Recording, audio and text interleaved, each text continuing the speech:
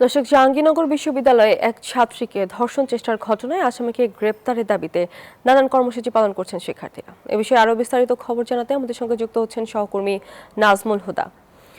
নাজমুল, আমাদেরকে জানাবেন যে শিক্ষার্থীদের দাবি নিয়ে আসলে প্রশাসন কি বলছেন এবং সেখানকার সার্বিক পরিস্থিতি সম্পর্কে।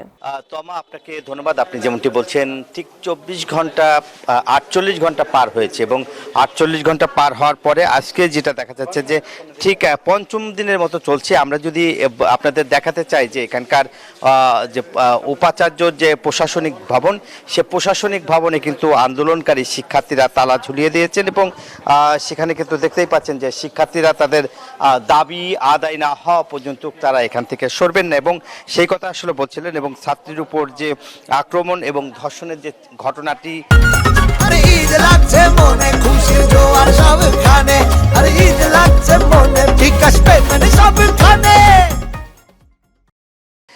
ঘটানোর যে কাজটি তারা আসলে করেছিল, সেই যে অপরাধী, সেই অপরাধীর কিন্তু এখন পর্যন্ত গ্রেপ্তার করতে পারেনি। সেই কারণেই কিন্তু মূলত আসলে তারা এখানে অবস্থান করছে। এবং আমরা যদি একটু কথা বলতে চাই যে এখানকার আন্দোলনকারী শিক্ষার্থীদের সাথে আমরা একটু কথা বলতে চাই, আপনারা কেন এখানে অবস্থান করছেন?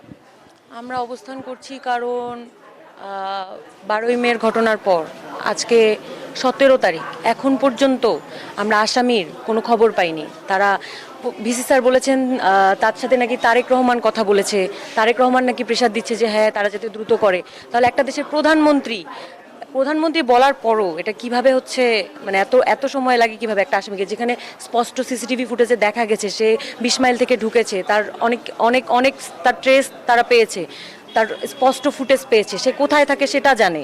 তাহলে এত তথ্য থাকার পরেও বাংলাদেশের পুলিশ প্রশাসন ওরা কি করতেছে, ওরা কেন এটা করতে, এবং আমাদেরকে একটা সামান্য তথ্য তারা জানাইতে পারতেছে না। যে অনেক ধন্যবাদ আপনাকে। যেমনটি আসলে বলছিলেন, এখানকার আন্দোলন তো শিক্ষার্থীরা বলছিলেন এবং তারা আসলে দেখতেই পাচ্ছেন যে এখন পর্যন্ত উপাচার্যর যে প্রশাসনিক ভবন, সেখানে কিন্তু তারা তালা ঝুলিয়ে দেওয়া হয়েছে এবং একই সঙ্গে রেজিস্ট্রারের যে কার্যক্রম সেটাও কিন্তু আসলে বন্ধ এবং তারা বলছে যে ক্লাস পরীক্ষা তারা সব কোনো কিছুই আসলে করতে দেবে না।